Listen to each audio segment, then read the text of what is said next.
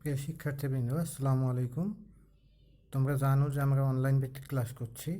আজকে তোমাদের যে বিষয়টি নিয়ে আমি আলোচনা করব সেটি হলো যে প্রবন্ধ শব্দ থেকে কবিতা। এটি লিখেছেন হুমায়ুন আজাদ। আসলে এখানে শব্দ থেকে কবিতায় প্রথম যে বিষয়টি নিয়ে বলা হয়েছে সেটি হলো যে শব্দ থেকে কিভাবে কবিতা লেখা যায়, শব্দ কিভাবে কবিতায় রূপান্তরিত হয়।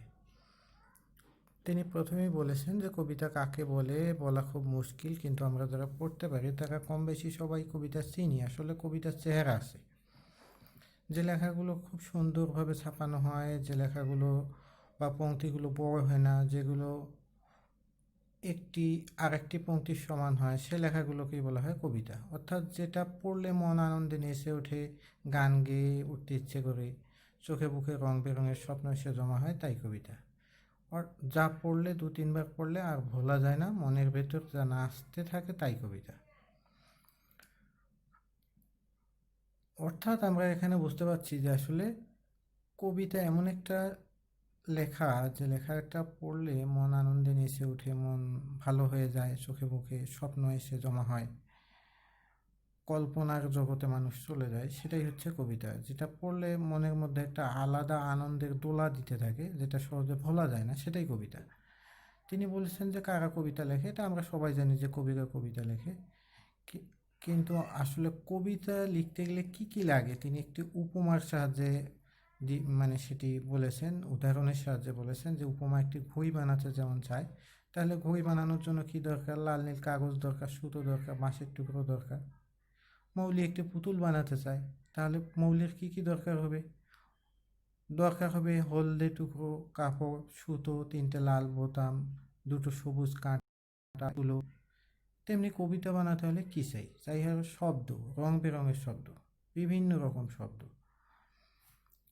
আসলে কবিরা অনেক শব্দ জানে, তাদের শব্দভাণ্ডার অনেক বেশি, তারা অনেক ভালো শব্দ জানে, এবং কোন শব্দের কীরকম অভিব্যক্তি প্রকাশের ক্ষমতা সেটা তারা ভালো জানে, এবং সেটা তারা খুব ভালোভাবে প্রয়োগ করতে পারে।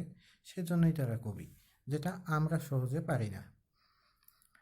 তো তিনি কি বলছেন? যে কবিরা শব্দকে খুব ভালোবাসেন, তারা শব্দকে ভালোবেসে সুখ পান, তারা খুব সুন্দর সুন্দর কথা বলেন, গোলাপের মতো কথা, চাঁদের মতো স্বপ্ন দেখেন। তাহলে তুমিও যদি গোলাপের মতো সুন্দর কথা বলতে চাও, চাঁদের মতো স্বপ্ন দেখতে চাও, তাহলে তোমাকেও শব্দকে ভালোবাসতে হবে।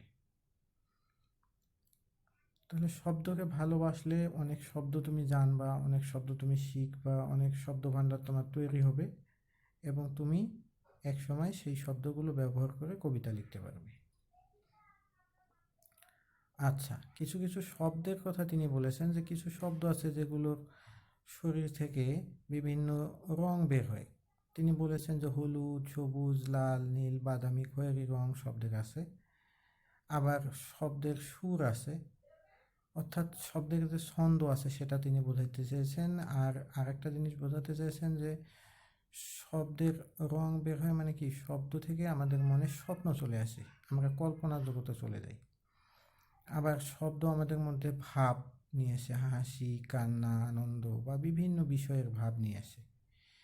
আসলে কবিরা কবিতা লিখেন শব্দের মাধ্যমে, এবং তাদের ভাবটি ফুটিয়ে তোলেন, তাদের কল্পনা, তাদের যে জগৎ সেটাকে ফুটিয়ে তোলার চেষ্টা করেন এই শব্দের মাধ্যমে। সেজন্য তিনি সেই শব্দকে চিনতে বুঝতে বলেছেন তোমাদেরকে, সেটাই তিনি এখানে প্রকাশ করার চেষ্টা করেছেন। যে কোনো শব্দ, কোনো মানে আমি যে জিনিসটা বোঝাতে চাচ্ছি, যে কোন শব্দ কোন সুর প্রকাশ করে, কিংবা কোন শব্দ কোন রং প্রকাশ করে, সেটা তোমাকে বুঝতে হবে, জানতে হবে। সেটা যদি তুমি বুঝো এবং জানো, তাহলে তুমিও কবিতা লিখতে পারবে।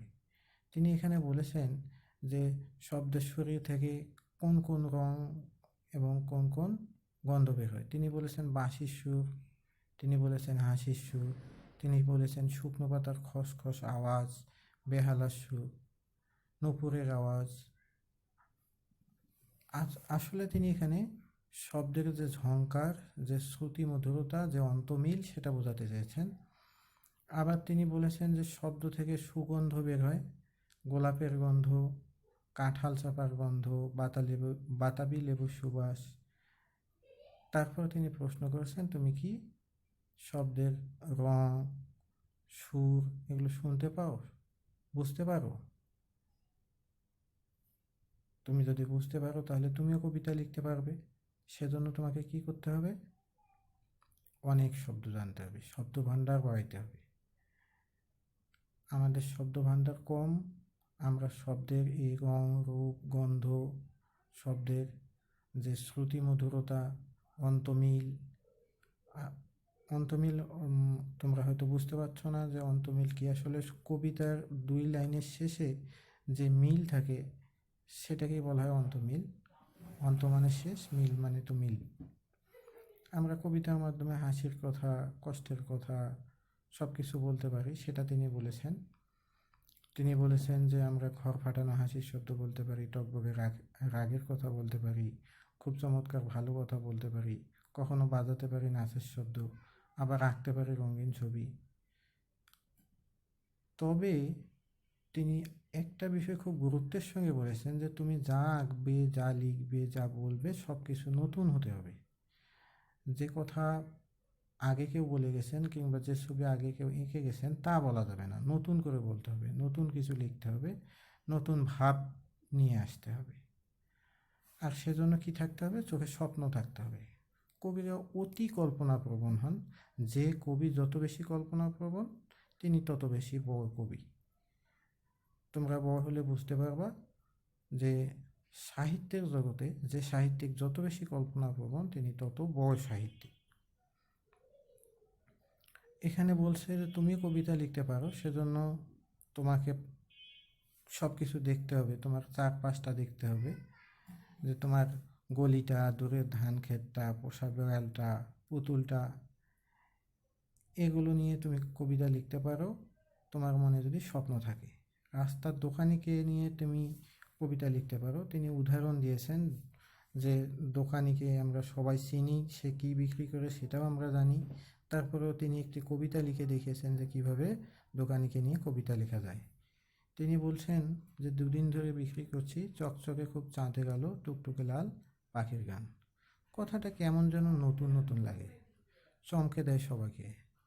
আসলে চকচকে চাঁদে গেল, পাখির গান, এগুলো বিক্রির ব্যাপার নয়, এগুলো বিক্রি করা যায় না, এগুলো বিমূর্ত জিনিস, যেগুলো ধরা যায় না, ছোঁয়া যায় না। কিন্তু এর যে ছন্দ, এর যে অন্তমিল, এর যে স্বপ্ন, সেটা আমাদেরকে আনন্দ দেয়, আমাদেরকে একটা স্বপ্নের জগতে, কল্পনার জগতে নিয়ে যায়। কবিতাটাই তিনি আরও কিছু বলেছেন যে বিক্রি করছি চাঁপার গন্ধ, স্বপ্নে দেখা নাচের ছন্দ, গোলাপ ফুলের মুখেরও। এখানে তিনি বলছেন যে এই কথাগুলো আগের মতোই আরও চমকপ্রদ, কারণ এখানে স্বপ্ন আরও বেড়েছে, ছবি আরও রঙিন হয়েছে, কারণ এখানে চাঁপার গন্ধ, গোলাপ ফুলের মুখের রূপ, স্বপ্নে দেখা নাচের গন্ধ তিনি বিক্রি করছেন। আসলে এগুলো বিক্রির বিষয় নয়, এগুলো কল্পনাকে আরও তিনি বাড়িয়েছেন। সেখানে আমরা দেখতে পাচ্ছি যে গোলাপ ফুল একটি মেয়ের মুখের মতো ফুটে ওঠে, আবার মেয়েটির মুখ হয়ে ওঠে গোলাপ। এখানে তার চোখে স্বপ্ন আরও বেড়ে গিয়েছে। তিনি বলছেন যে কবিতাটি তিনি আর লিখতে চান না। তারপরে তিনি বলছেন যে তোমরা যদি কবিতা লিখতে চাও তাহলে তোমাদেরকে ভাবতে হবে, আর সেই ভাবনাকে তোমাদের শব্দ এবং ছন্দের মাধ্যমে প্রকাশ করতে হবে, এবং সেখানে স্বপ্ন এবং ছন্দটা এমন হবে যেটা নতুন, যেটা চমকপ্রদ, যেটা শুনে সবাই শিউরে উঠবে, যেটা সবার মনে আনন্দের একটা দোলা দেবে। সেজন্য তোমাদের কী করতে হবে? তোমাদের চারপাশের প্রকৃতিকে দেখতে হবে, জানতে হবে, এবং তোমাদের মনের মধ্যে স্বপ্ন জমাইতে হবে, চোখের মধ্যে নতুন নতুন ছবি জমাতে হবে। তারপরে তুমি যখন একদিন বড় হবে তখন তোমার এই যে জমানো শব্দ, ছন্দ, ছবি, সুর, রং সব কিছু একসঙ্গে দল বেঁধে আসবে এবং তুমি কবিতা লিখতে পারবে। এখানেই তিনি শেষ করেছেন। তারপরে এখানে শব্দার্থ আছে, উপমা, নূপুর, চমকপ্রদ। তারপরে আছে পাঠের উদ্দেশ্য। পাঠের উদ্দেশ্য হলো তোমাদেরকে আরও সৃজনশীল হতে অনুপ্রাণিত করবে এই পাঠ। তারপরে তিনি পাঠ পরিচিতি যেটা এখানে দেওয়া আছে সেখানে তার কথাগুলো, মূল কথাগুলোই লেখা আছে। আর লেখক পরিচিতি তোমরা তো জানোই যে হুমায়ুন আজাদ 1947 সালে মুন্সিগঞ্জে জন্মগ্রহণ করেন।